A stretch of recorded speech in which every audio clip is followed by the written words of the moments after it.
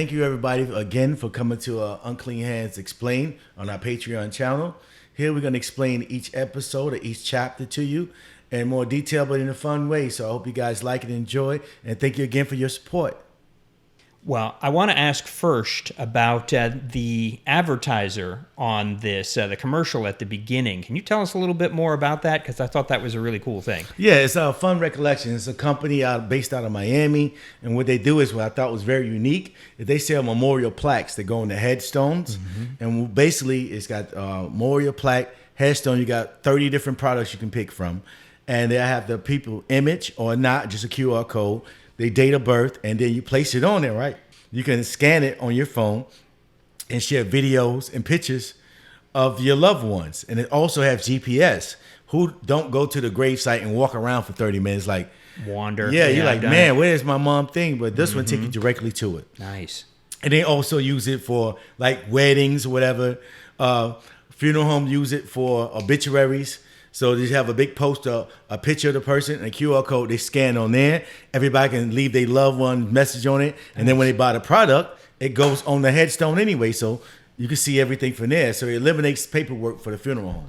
Yeah, it's just as simple as scanning a QR code, it looks like. Yes, yeah, and the landing page and everything else. So they work as you buy your subscription first. Once you buy your subscription, you get your landing page, and then you can add everything onto it. Then buy the product. Put it on the headstone, share with everybody in the family. Well, it's a great deal. It's very, very cool. And it's very appropriate for this episode, the burial of an innocent soul. Yes. Because it takes place primarily in a funeral home. See how it ties in? Well, tell us a little bit. You mentioned it in the last episode, but tell us a little bit about this family and how they've come to be the only funeral home that seems like it's servicing this community.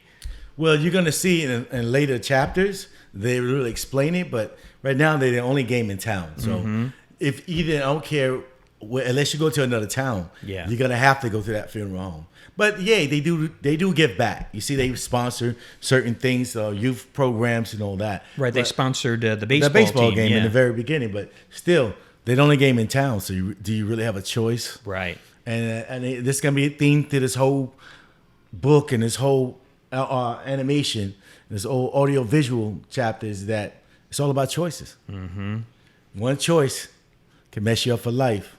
Now I'm guessing that means they've had to do some dirty business to become the only game in town. Yeah, you'll see. You'll see. Yeah. It comes on later chapters. It explains itself, but at least here you saw that the guy, Thomas and family, his grandfather, you were introduced in this chapter, and you get to see more of Jamal Blue and his mom. Thomas actually really looks out for them. And we also introduced the Reverend in this chapter. Yes. Which is very important. Yeah.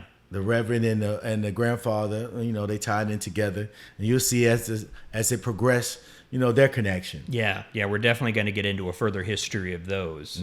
Now, I'm curious as to your artistic choice here as to why Thomas and his family, which run the funeral home, not only are they the only game in town, but they're also white, which sets them apart from most of the people that they seem to be working with here. I mean, this is strictly business, If you're going to start a funeral home, once you're going to be on the side of town where they have most of the murders or crime, I mean, it's make common sense there. Right, Why would you go to the suburbs where they really don't have any crime? Right. You're not going to make any money. Right. So that's why I actually put them there. Yeah. It makes total sense, Yeah, and I feel like, I don't know, there might be some resentment there from some community members as well. Yeah, it's going to be resentment, but again, when you're on the game in town, what are you going to do? Yeah. So Brady got a monopoly. Very, very true. Well, tell me about some of the image work in the show here. We haven't talked about that. We talked about the specific image of Jamal in the first episode, but just the artwork in general. Kind of what is your inspiration for some of the imagery here? Well, with the artwork, if you see anything like a drawing illustration, that's my cousin Brandy Antonio. And her name, I make her sign it all, and then she's in a book as well. So what we do is I try to give you two different versions of the characters. Yeah. If you see the AI version, that's just something I created. If you see the drawings itself, it's something she created. She's an art teacher. She's very intelligent. She has her own art studio in Long Island. So she does her thing there. And plus, I reach back out to family members, Yes. Why not help them out? Right. and get her name out there. So if you look in the book, especially in Unclean Hands book, most of the illustrations, 90% are hers. Okay. I made her sign it, and then she get credit in the very beginning of the book, her website, the whole nine. Yeah. Same thing on this one. She'll have a credit on it, but I use that for her because I wanted a different feel. Especially when you're reading a book, you want to just read words all the time. You want to have Right. a breakup. And with me, I always give you two versions of that character. You're going to have an illustration drawing and an AI drawing. Yeah. Yeah, I liked that it moves between a couple different styles of artwork. It really keeps it interesting. Yes, sir. So there's an interesting scene in here where Loco is talking with Thomas, or Thomas wanted to get some information from the family about what happened with Jamal, and they're like, look, if you can give us, or he offers a deal on some discount on the services, and so he says, okay, if you do that, we'll talk to you a little bit.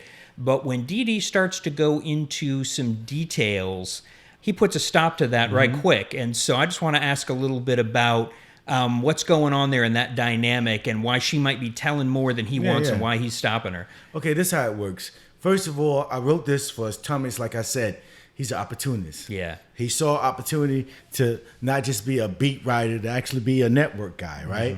So, yes, he's going to press, and honestly, he pressed at the wrong time. You don't want to ask somebody while they're mourning. Right. So, of course, that was going to piss the dad off, But it's also the code of the streets, too. And when I grew up, you didn't really, which is dumb to me now, but, you didn't cooperate with the police. But now I know, hey, you're paying taxes. That's their freaking job, Right. So, but yeah, you don't snitch. There's no snitch rule. You take care of yourself, which is, dumb to me now. But back then, that's how it was.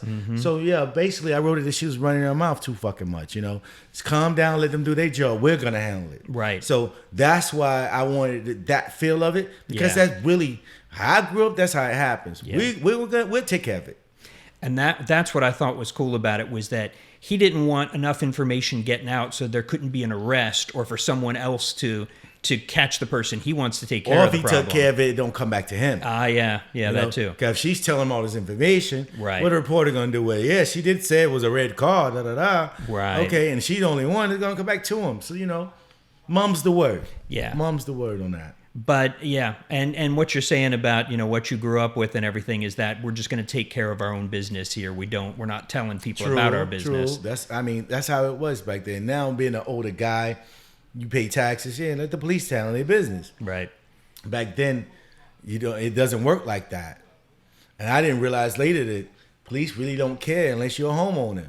If you don't pay property tax, you really don't pay their salary. So when people saying, I pay your cop salary, no, you don't.